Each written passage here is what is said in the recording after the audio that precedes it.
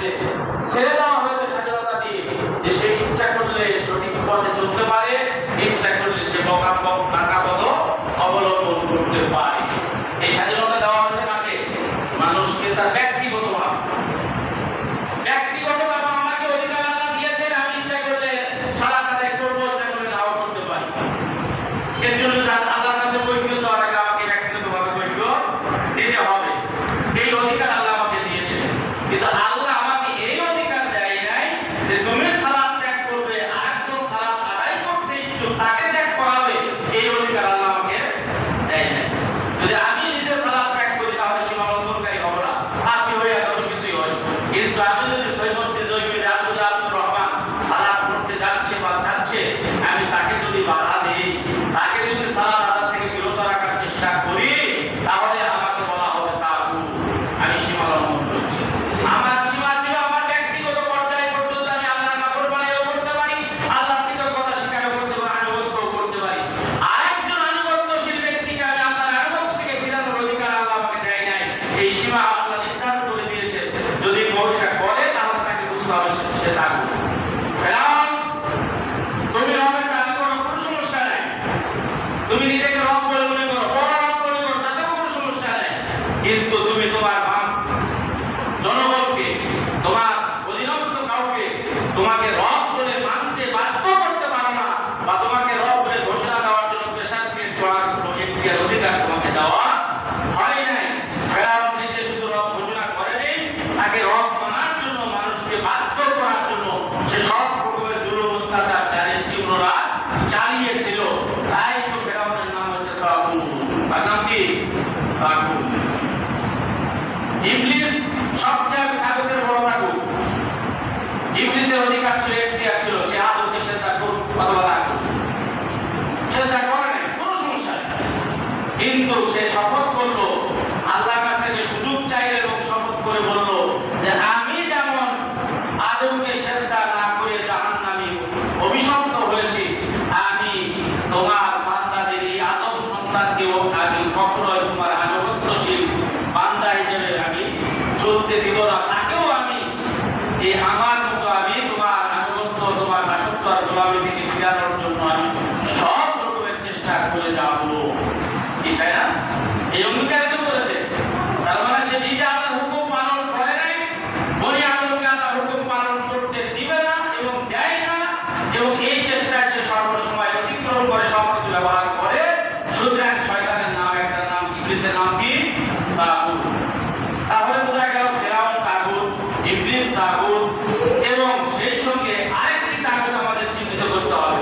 তাগুতের শারীরিক অর্থ, তাগুতের পারিভাষিক অর্থ, যে বা যারা, যেই শক্তি বা যেই ব্যক্তি বা যেই জনগোষ্ঠী, যেই কাউম, যেই জাতি এক আল্লাহর দাসত্ব আর গোলামি থেকে ফিরিয়ে তার নিজের দাসত্ব করতে বলে, অথবা দাসত্ব করলে খুশি হয়, অথবা দাসত্ব করার জন্য মানুষকে উদ্বুদ্ধ করে, অথবা দাসত্ব থেকে বা আল্লাহর দাসত্ব থেকে মানুষকে ফিরায় রাখে, সেই ব্যক্তি, সেই জনগোষ্ঠী, সেই শক্তি, সেই পাওয়ার, সেই রাষ্ট্র, সেই সমাজ, সেই শাসক, সকলেই তাগুত। এই কথা ক্লিয়ার? পীর সাহেব যদি তার মুরিদদেরকে আল্লাহ এবং রাসূলের বিধান না মেনে তার হুকুম মেনে চলতে বাধ্য করে, তাহলে পীর সাহেব হচ্ছে তাগুত। অথবা বলে নাই, কিচ্ছু করে নাই, পীর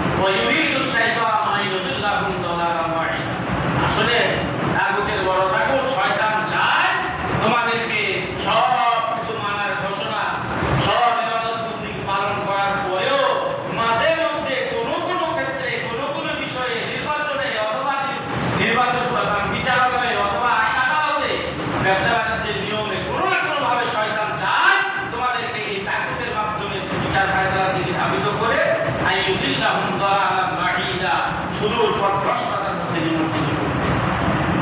তাহলে শয়তান এটা কেন করে? আমাদেরকে পথভ্রষ্ট করার জন্য, আইয়ুদিল্লাহুম, যাতে করে তাদেরকে পথভ্রষ্ট করতে পারে। বলাম বাইদা, এমন পথভ্রষ্ট যে বহু দূর, লঙ্কা বহু দূর, ওইখান থেকে ফিরে এসে ইমানের উপরে চলা খুবই কঠিন। সম্মানিত ভাইরা, তাহলে তাগুত সীমা লঙ্ঘনকারী, অর্থাৎ আল্লাহ ভিন্ন অন্য যে কোনো কিছু শক্তি, ব্যক্তি, যারই হোক, আল্লাহর ইবাদত, দাসত্ব, গোলামীকে বাদ দিয়ে কারণ দাসত্ব গোলামী করার না যে করে তাকে বলা হয় তাগুত। সে ইচ্ছাই হোক আর অনিচ্ছাই হোক। আমি যদি ইচ্ছা করে না করি, তাহলে কি তাগুতের অনুগত হবে না? অনিচ্ছাকৃত ভাবে আমি যদি আল্লাহ বিরোধী কোনো আইনের আনুগত্য করি, সেটা কি তাগুতের আনুগত্য হবে না?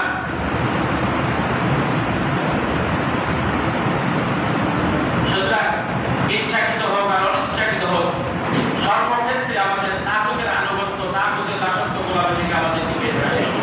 রাসূল সাল্লাল্লাহু আলাইহি ওয়াসাল্লাম বলেন, মান ক্বালা লা ইলাহা ইল্লাল্লাহ, যেই ব্যক্তি বলল লা ইলাহা ইল্লাল্লাহ, এক আল্লাহ ছাড়া কোনো ইলাহ নেই, ওয়ালা ইউবাদু মিন দুনিল্লাহ। দুইটা বিষয়, যদিও একটা হাদিসে আছে মান ক্বালা লা ইলাহা ইল্লাল্লাহ দাখালাল জান্নাহ, আছে না? এই হাদিসটি কিভাবে পড়ে বলবো? কোন একটি হাদিস আল্লাহ রাসূল সাল্লাল্লাহু আলাইহি ওয়াসাল্লাম একটা বিষয় একাধিক হাদিসের মাধ্যমে ক্লিয়ার করেন। কোরআনেও আল্লাহ পাকের এই সিস্টেম আছে। এক আয়াতে এক জায়গায় আল্লাহ সুবহানাহু ওয়া তাআলা বললেন একটু আংশিক কথা, কিন্তু এই আয়াতের সাথে সংযুক্ত আরো অনেক আয়াত আছে। এই সবগুলো আয়াতকে একবারে সামনে নিয়ে আপনাকে ওই বিষয়টা ক্লিয়ার করতে হবে। যেরকম দেখেন, লা তাকরাবুস সালাত ওয়া আনতুম সুকারা, আছে না?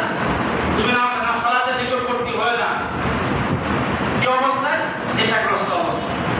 বাস, যদি আপনি এই নেশা এবং এই সালাতের ব্যাপারে আর অন্যান্য আয়াত যদি আপনার সামনে না থাকে, যদি এই আয়াতের ভিত্তিতে আপনি কথা বলেন, তাহলে আপনি বলবেন যে যারা নেশা করে তাদের জন্য সালাত আদায় করতে হবে।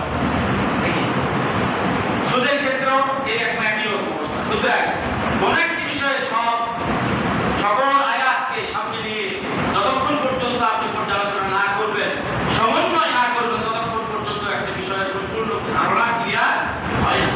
তো কালিমা পড়লেই সে মুক্তি পেয়ে যাবে, এই আয়াত, এই হাদিস এতটুকু যথেষ্ট নয়। এই কথা আল্লাহ রাসূল সাল্লাল্লাহু আলাইহি ওয়াসাল্লাম এই একই মর্মে আরো একাধিক হাদিস বলেছেন। মান ক্বালা লা ইলাহা ইল্লাল্লাহ সুম্মা ইসতাকাম, যে ব্যক্তি কালিমা বলল লা ইলাহা ইল্লাল্লাহ, আল্লাহ ছাড়া কোনো ইলাহ নেই, সুম্মা ইসতাকামু, অতঃপর এই কথার উপর অবিচল থাকলো। আমি আজকে ঘোষণা করলাম যে আল্লাহ ছাড়া কোনো ইলাহ নেই, 10 বছর এরপরে ছিলাম, 10 বছর পর আমি আমার কথায়, কর্ম, কাজের মাধ্যমে দেখা গেল যে আমি এক আল্লাহ ইলাহ তাগুত হয়ে মধ্যে নাই, তাহলে অবিচল থাকা হলো? মৃত্যু পর্যন্ত অবিচল থাকতে হবে এই কালিমার উপরে, এই ঘোষণার উপরে। সুতরাং শুধু কালিমা পড়লেই ঈমানদার হয়ে গেল, কালিমা পড়লেই সে নাজাত পেয়ে গেল, সফলতা অর্জন করলো, এই কথাটা এই হাদিসের ভিত্তিতে বলার সুযোগ নেই। ঠিক ওই একই কথা এই হাদিসে আল্লাহ রাসূল সাল্লাল্লাহু আলাইহি ওয়াসাল্লাম বলেন, মান ক্বালা লা ইলাহা ইল্লাল্লাহ, যেই ব্যক্তি বলল যে আল্লাহ ছাড়া কোনো ইলাহ নেই, এরপরে আল্লাহ দাসত্ব আর গোলামি বাদ দিয়ে অন্য কারো দাসত্ব করলো না, ওয়া কাফারা মা ইয়াকুদু মিন দুনিল্লাহ, আল্লাহ দাসত্বের পরিবর্তে সব ইলাহকে অস্বীকার করলো, প্রত্যাখ্যান করলো, কুফরি করলো, রুন্দিমা মালুহু ওয়া দামুহু ওয়া হিসাবুহু আলাল্লাহ, এই ব্যক্তির রক্ত, এই ব্যক্তির সম্পদ তোমাদের কাছে পবিত্র, নিরাপদ ঘোষণা করা হলো। শুধু কালিমা পড়লে নয়, কালিমা পড়ার পরেও যারা পীরের পায়ে সিজদা করে, যারা মাজার পূজা করে, যারা পাথর পূজা করে, যারা আল্লাহর আইনের বিপক্ষে অবস্থান নিয়ে কাজ করে, আচ্ছা তারা কি কালিমা পড়ে না? তারা কালিমা পড়ে না? তাহলে এই কালিমা পড়ায় যদি সফলতা হয়, তাহলে তার কোনো কথা হবে না। আমরা কেন খাবো, কেন কষ্ট করবো? আমরা এরকম হয়ে যাই। তার মানে হলো যে শুধু কালিমা পড়লে হবে না, এই কালিমা বিরোধী যা কিছু আছে সেগুলোর সাথে আমাদেরকে কি করতে হবে? কুফরি করতে হবে, প্রত্যাখ্যান করতে হবে। এই জন্য প্রথমে লেখক আল্লাহ হাবিব খাইজি তার কিতাবে বলে যে একজন মানুষ যদি মুমিন হতে চায়, তাকে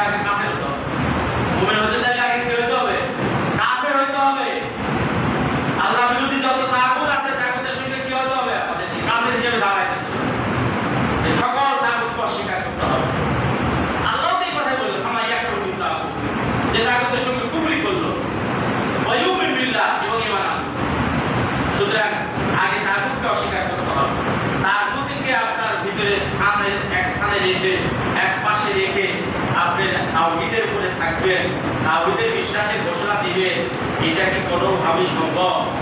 একই পাত্রে পচা জিনিস আর ভালো জিনিস কি রাখা যায়? একই পাত্রে ঘি এবং গরুর মধ্য কি রাখা যায়? কোনোভাবে কি সম্ভব? একই পাত্রে পাক এবং নাপাক কখনোই থাকতে পারে না।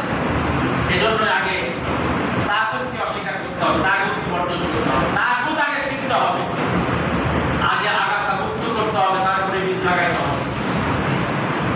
আগাছা মুক্ত করতে হবে জমিনকে, আপনার জমিন থেকে সকল প্রকার আগাছা দূর করতে হবে। আমরা এই জমিনের ক্ষেত্রে ভালো বুঝি না, অনেক ভালো বুঝি। এই যে ধান লাগাবো, হ্যাঁ দেখেন এখনই আমি নিজেও করছি, ধান দল মারার জন্য আগে ওষুধ দিছি, দল মারা ওষুধ, ঘাস করা একটা ওষুধ, এরপরে আবার হাল চাষ করে ওটা ফসাবো, এরপরে আবার ওষুধ দেবো। অর্থাৎ আগাছা আমাকে মুক্ত করতে হবে।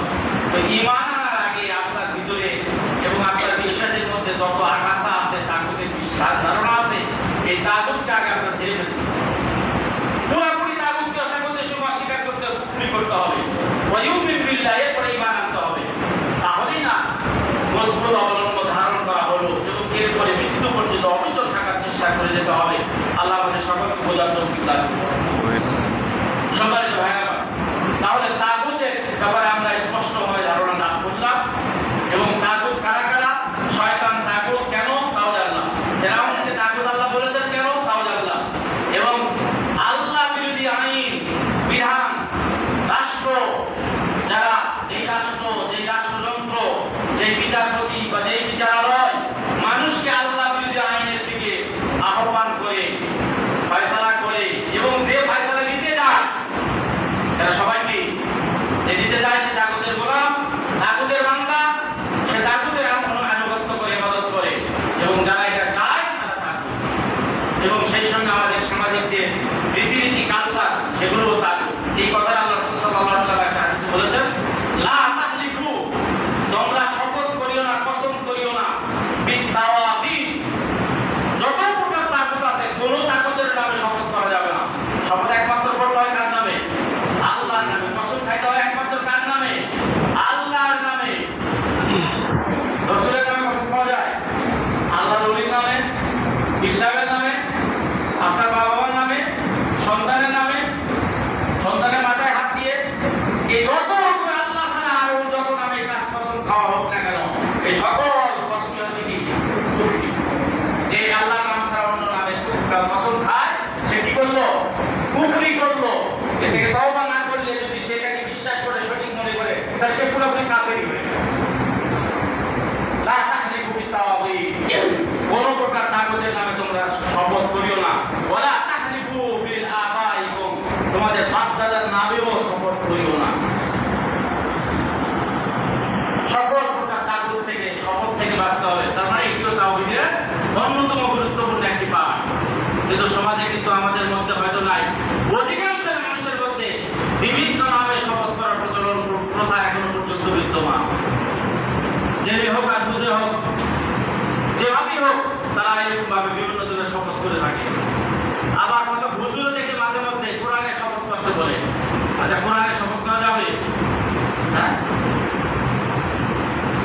এই সমস্ত তাগুতি কালচার থেকে আমাদেরকে বের হয়ে আসতে হবে। বিশেষ করে আমাদের বাপ-দাদা রসম রেওয়াজের যে তাগুত, এই তাগুত থেকে বেঁচে থাকা বড় কঠিন। এই তাগুত থেকে আমাদেরকে বেরিয়ে আসতে হবে। লা তাকুমু সাআহ হাত্তা তাতাদাররাজু ইয়াকুন নিসাআহু, এরকম একটা হাদিস রয়েছে। ততক্ষণ পর্যন্ত কিয়ামত সংঘটিত হবে না যতক্ষণ পর্যন্ত তোমাদের নারীরা দায়ুস না হয়েছে, পুরুষেরা দায়ুস না হবে, এবং ততক্ষণ পর্যন্ত তারা দায়ুস হবে না যতক্ষণ পর্যন্ত তারা তাগুতের আনুগত্যশীল না হবে। তাহলে বোঝা গেল দায়ুস মানুষ কখন হবে? যদি সে তাগুতের গোলাম হয়ে থাকে। আজকে তো আমরা অধিকাংশ মানুষই দায়ুস। তার মানে কি, আমরা তাগুতের দাসত্ব গোলামের মধ্যে রয়েছি। আজকে আমাদের রাষ্ট্র, পুরা রাষ্ট্রযন্ত্র, বিচার, আইন, এই সব কিছু আমাদেরকে সেই তাগুতি ব্যবস্থাপনার দিকে দাওয়াত দিচ্ছে, এবং এই দাওয়াত গ্রহণ করেই তো আমরা আজকে নারীদেরকে স্বাধীনতার জন্য আন্দোলন করছি। আচ্ছা, বাংলাদেশে 5% মুসলমান, মাত্র 5% অমুসলিম। আচ্ছা,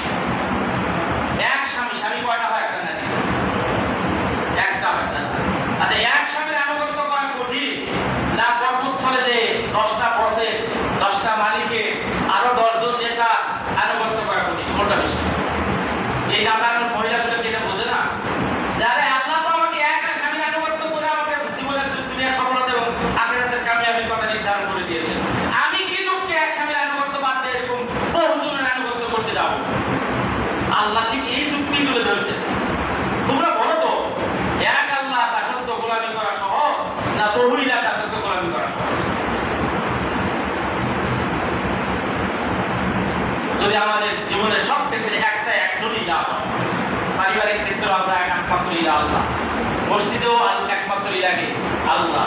আমাদের ব্যবসায়িক ক্ষেত্রেও একমাত্র ইলাকে আল্লাহ, রাজনীতিতেও একমাত্র ইলাকে আল্লাহ। সব জায়গায় যদি একমাত্র আল্লাহ কি ইলা বলে মানি, তাহলে আল্লাহর উলুহিয়াতের মধ্যে তো কোনো কন্ট্রাডিকশন নাই, আছে নাকি? যে আল্লাহ একই ইলা, আপনাকে পারিবারিক ভাবে একভাবে আদেশ করবে, এট এ টাইম আপনাকে রাজনৈতিক ভাবে আরেকটা আদেশ করবে, কিন্তু বিপরীত ধর্মে আদেশ করবে।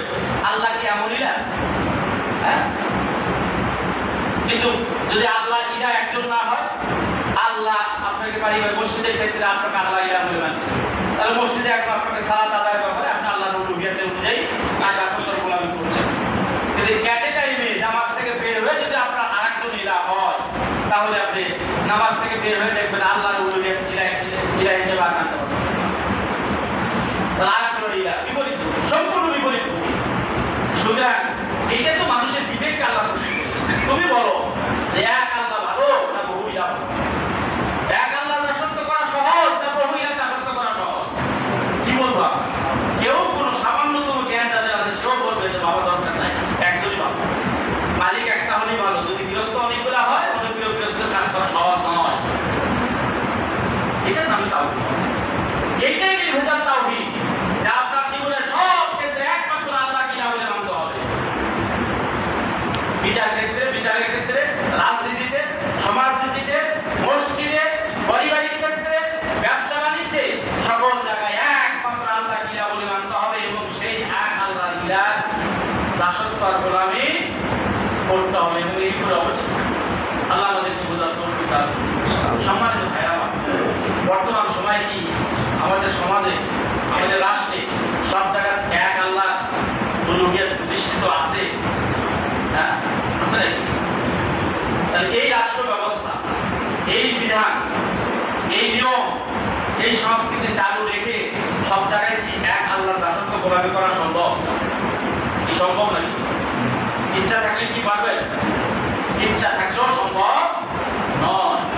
তাহলে আপনি মুমিন হিসেবে আমাদের দায়িত্ব কর্তব্য হচ্ছে আল্লাহ বিরোধী যা কিছু আছে সব হচ্ছে তাগুত। এই তাগুতি ব্যবস্থাপনাকে উৎখাত করে ওই জায়গাতে এক আল্লাহর উলুহিয়াত প্রতিষ্ঠার জন্য কাজ করতে হবে। এই কাজ করতে রাজি আছেন আপনারা? যেই ব্যানারে হোক, যেই নামে হোক, যদি আপনি মনে করেন যে এরা একমাত্র এক আল্লাহর উলুহিয়াত প্রতিষ্ঠার জন্য কাজ করে, তাওহীদ প্রতিষ্ঠার দাওয়াত দেয়, এরা সব ক্ষেত্রে রাষ্ট্রের সব জায়গায় এক আল্লাহর দাসত্বের গোলামি প্রতিষ্ঠার জন্য কাজ করে, আপনার আমার দায়িত্ব কর্তব্য হচ্ছে মুমিনের দাবি, ঈমানের দাবি পূরণের জন্য তাদের সঙ্গে একত্রাবদ্ধ হয়ে এই কাজ করে যাব।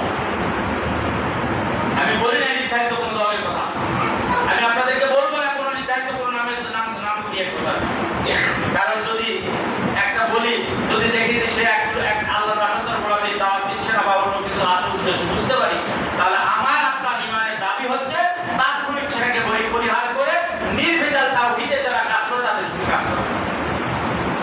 তাই মূল বিষয়টা হচ্ছে আমাদেরকে তাওহীদ প্রতিষ্ঠার জন্য কাজ করতে হবে।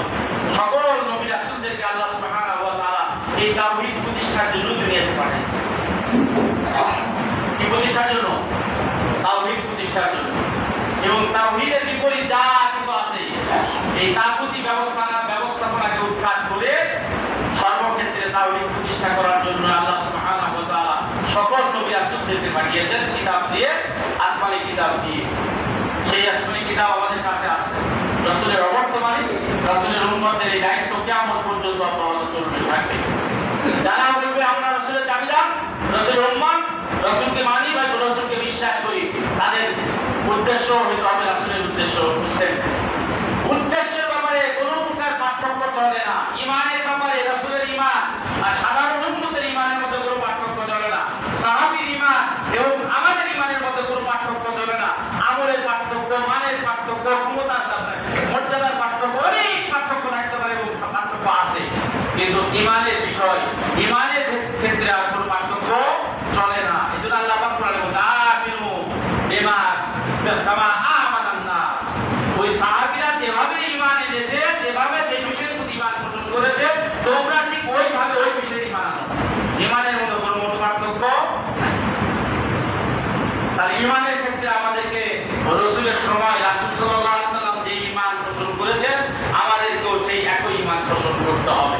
রাসূল সাল্লাল্লাহু আলাইহি সাল্লামকে আল্লাহ যেই উদ্দেশ্যে দুনিয়াতে পাঠিয়েছেন, আমাদেরকেও তার সেই উদ্দেশ্যকে আমাদের জীবনের উদ্দেশ্য বানাতে হবে। এই উদ্দেশ্যের সাথে যদি ঐক্যমত্য পোষণ করতে না পারে, তাহলে হয়ে যাবে মুনাফিক। মুনাফিকদের অন্য কোনো সমস্যা ছিল না। তারা সালাত অস্বীকার করে নাই, তারা সিয়াম অস্বীকার করে নাই, তারা যাকাত দেওয়া বন্ধ করে নাই, তারা রাসূলের আনুগত্য করতে পরিহার করে নাই। সব তারা করেছে, রাসূলের পিছনে সালাত আদায় করেছে, সিয়াম পালন করেছে, হজ করেছে, যাকাত দিয়েছে। পার্থক্য এক টাকা শুধু, রাসূল সাল্লাল্লাহু আলাইহি সাল্লাম যখন এই তাগুতি ব্যবস্থাপনাকে উৎখাত করে তাওহীদ প্রতিষ্ঠার জন্য যখন যুদ্ধ সংগ্রামের প্রয়োজন হয়েছে, জান এবং মাল ব্যয় করা দরকার হয়েছে, তখন তারা যেহেতু তাদের উদ্দেশ্য হিসেবে মেনে নিতে পারে নাই, সুতরাং এই কাজ থেকে তারা বিরত থেকেছে, সালাত থেকে বিরত থাকে। কোন কাজ থেকে?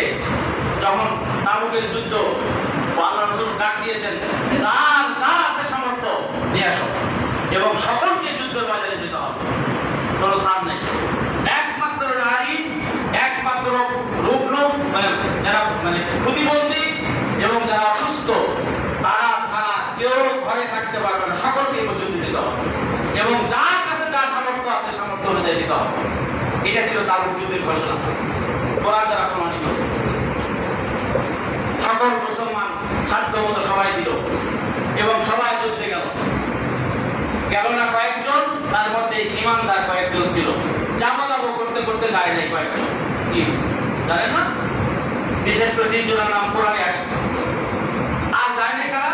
ওই সমস্ত মুনাফিকরা যারা রাসূলের পিছনে প্রথম কাতারে সালাত আদায় করত। রাসূল মেম্বারে খুতবা উঠানো গেছে, রাতে উঠে বলল, এই সবাই চুপ, এখন বিশ্বনবী মুহাম্মদ রাসূলুল্লাহ সাল্লাল্লাহু আলাইহি ওয়াসাল্লাম তোমাদেরকে খুতবা দিবে, কথা বলবে।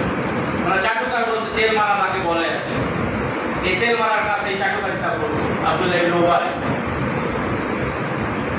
এই মুনাফিকরা কেউ তাবুক যুদ্ধে যায় নাই। কেন যায় নাই? তাবুক যুদ্ধ ছিল এই তাগুতের ব্যবস্থাপনার কবর রচনা করার জন্য এবং প্রকৃতপক্ষে তাওহীদ প্রতিষ্ঠার একটা কঠিন লড়াইয়ের অবস্থা, যার মাধ্যমে আল্লাহ রাসূল ঘোষণা করেছিলেন, এই তাবুক যুদ্ধে যদি আমরা পরাজিত হই, তাহলে আল্লাহর জমিন থেকে তারপরে আল্লাহর তাওহীদের ঝান্ডা বহন করার মতো কেউ থাকবে না। এত কঠিন ঘোষণা ছিল। সেই ঘোষণায় যারা যায় নাই, হয় তারা মুনাফিক, আর নইলে তারা ইমানদার। যে কয়েকজন ছিল, আল্লাহ তাদেরকে আসমান থেকে বয়কট করলেন, তাদেরকে এমন ভাবে বয়কট করলেন, মুসলমানদেরকে বললে আমাদের সাথে কথা পর্যন্ত বলিও না, তাদের স্ত্রী থেকে আলাদা করে দাও, সমাজ থেকে আলাদা করে দাও। তারা নিজেরা অসহায়, আল্লাহর বিশ্বাসের কারণে তারা নিজেরা নিজেদেরকে মসজিদের খাম্বার সঙ্গে বাঁধে অনাহারে অর্থহারে একের পর এক, দিনের পর দিন কাটিয়েছে। পরিশেষে আল্লাহ তাদের তওবা কবুল করে তাদেরকে মুক্ত করেছে। সম্মানিত ভাইরা আমার, সুতরাং আমি এই কথাটি এইজন্য বলছি যে রাসূল সাল্লাল্লাহু আলাইহি সাল্লামের প্রেরণের যে উদ্দেশ্য, তাগুতকে উৎখাত করে আল্লাহর তাওহীদকে প্রতিষ্ঠা করা, দ্বীনে হককে বিজয়ী করা, এই কাজের সাথে সকলকে সম্পৃক্ত হতে হবে, থাকতে হবে।